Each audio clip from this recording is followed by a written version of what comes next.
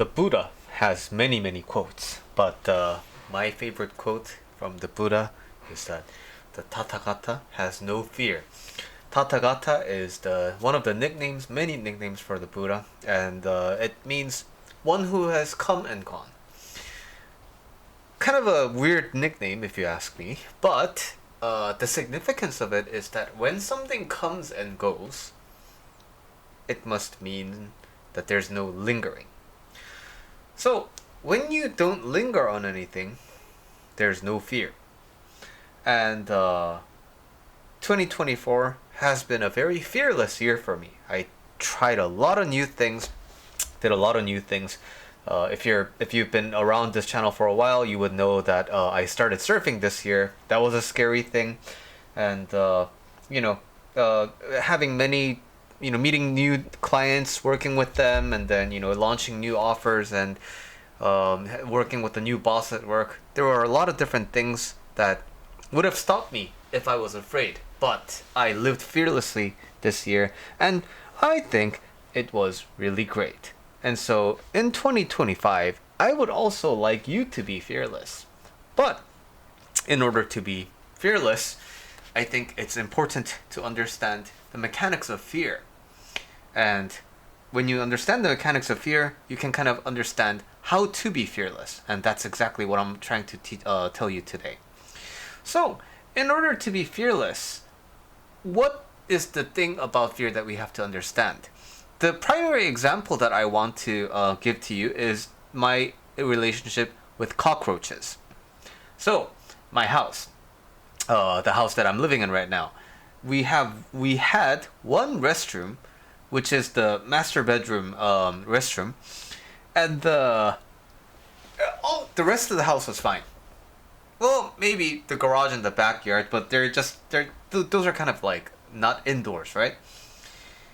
But that one restroom and the garage and the backyard, there's cockroaches. But this is something I learned with home ownership. Cockroaches are kind of inevitable. They're just always there. So you have to spray them, right? And when you spray them, it doesn't, like, over time, they learn to just not come near the house. But when you haven't sprayed in a while, they will be around for a while and they'll die a lot before they kind of move out. So, again, living room, fine. This room, fine. My wife's room, fine. Guest room, fine. But the other restrooms, fine. That one bathroom, every once in a while, there would be a cockroach lying dead. And my wife was showering one day, and then I heard this really loud scream from the restroom, and I was like, what the fuck? And then I went, and then basically there was a cockroach just hanging around in the restroom while my wife was taking a shower. And so since then we just sealed up that restroom, right? But over time I found it a little bit ridiculous that I'm locked out of my own house, right? And so I wanted to just deal with it. You know what? I'm gonna open that door, and if there's dead cockroaches, I'm gonna remove them. And if they're living ones, then I'll just smack them, and then I'll get it done. And so I mustered up the courage, and I went to the door, and then I was sweating bullets at this point, and my hand was shaking, and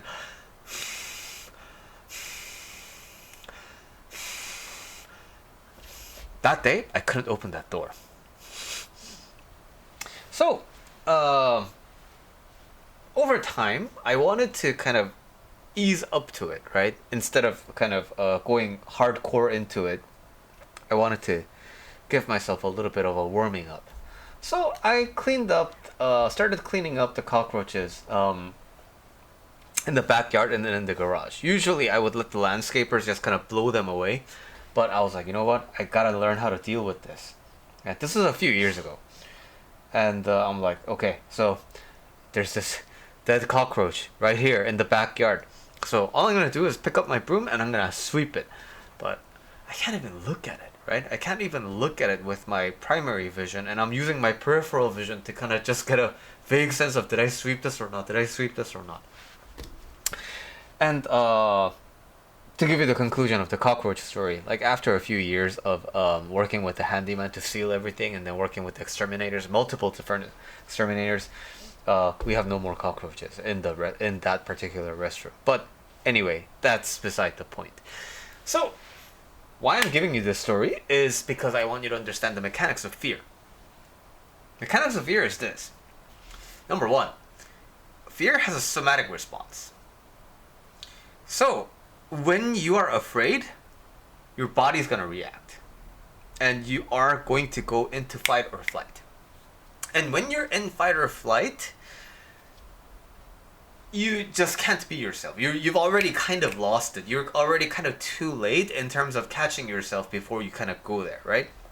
And ideally, you want to catch yourself before you go there so that you don't ramp up, right? So it's like road rage.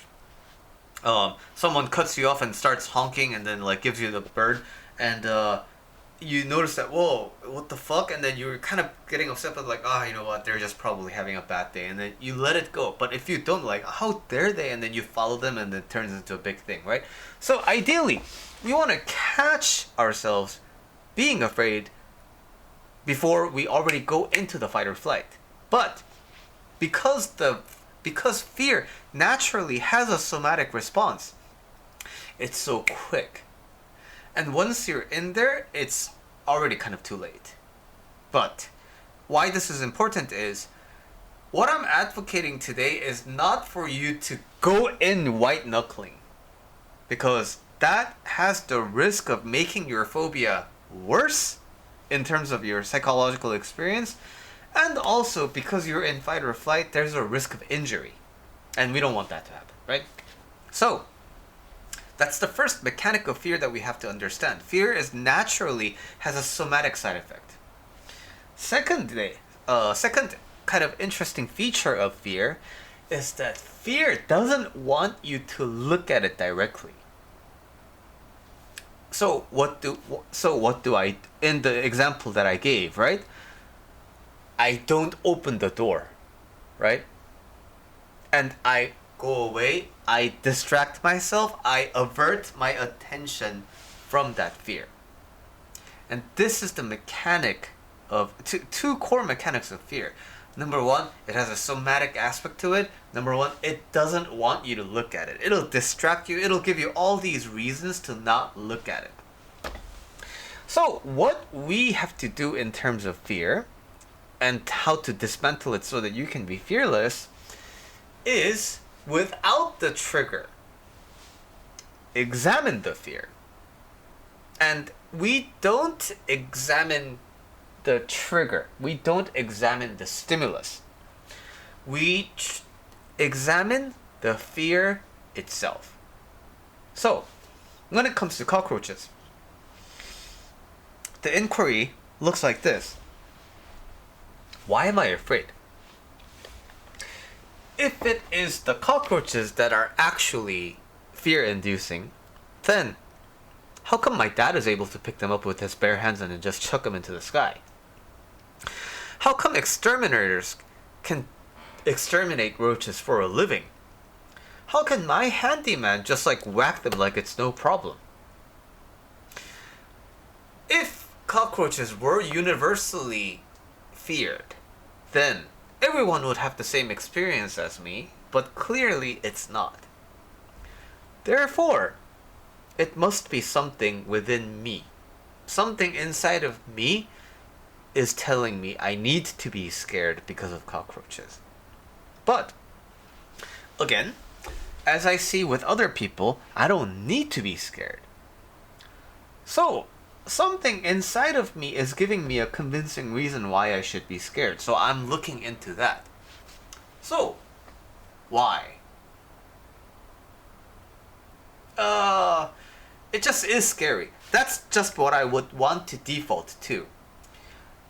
And that's the only thing we're trying to avoid. We're trying to avoid coming to an answer and then settling and then looking away.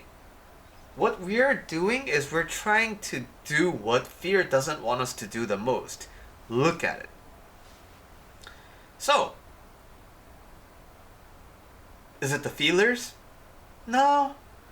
Because catfish have feelers, and grasshoppers have feelers, and that doesn't seem like it's kind of gross, but it's not scary. Okay, then is it the ability to fly? Well, beetles fly, but they're not like as scary and fear-inducing as cockroaches to me.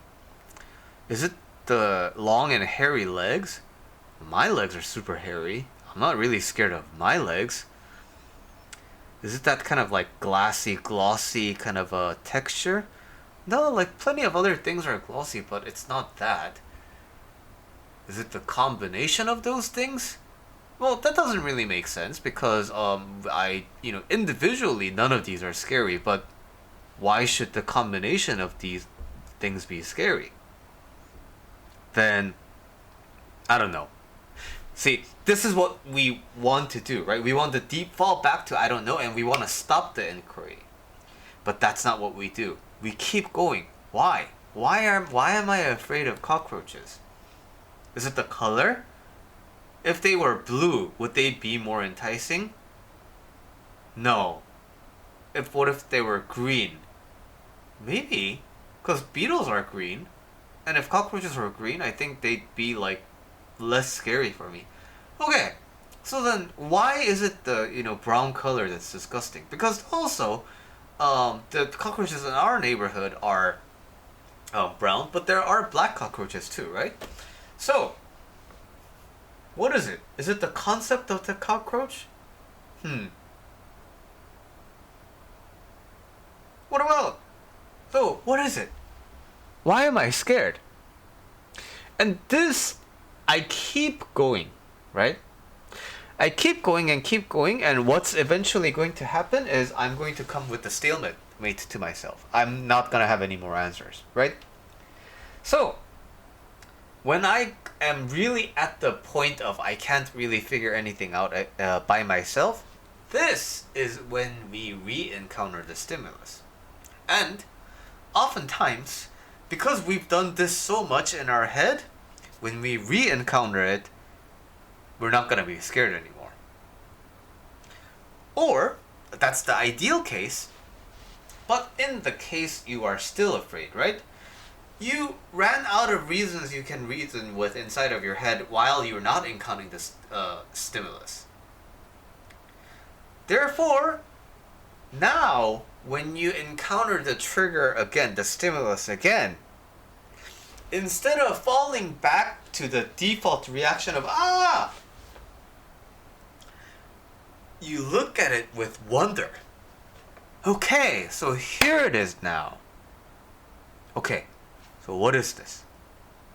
What is so fear-inducing about this? Why don't I want to look at it?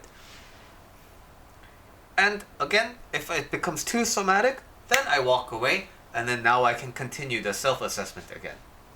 But if I'm really in a genuine wonder, then I'm like, okay, this is good.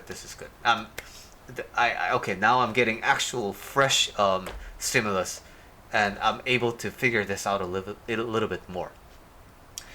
And just like that, when you counteract the natural tendency of fear, which is to try and avert your attention, that's when fear just kind of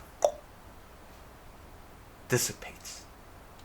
And this kind of a 3-step approach is my suggested approach for you in the upcoming year for you to be fearless. Number 1, understand the mechanic of fear.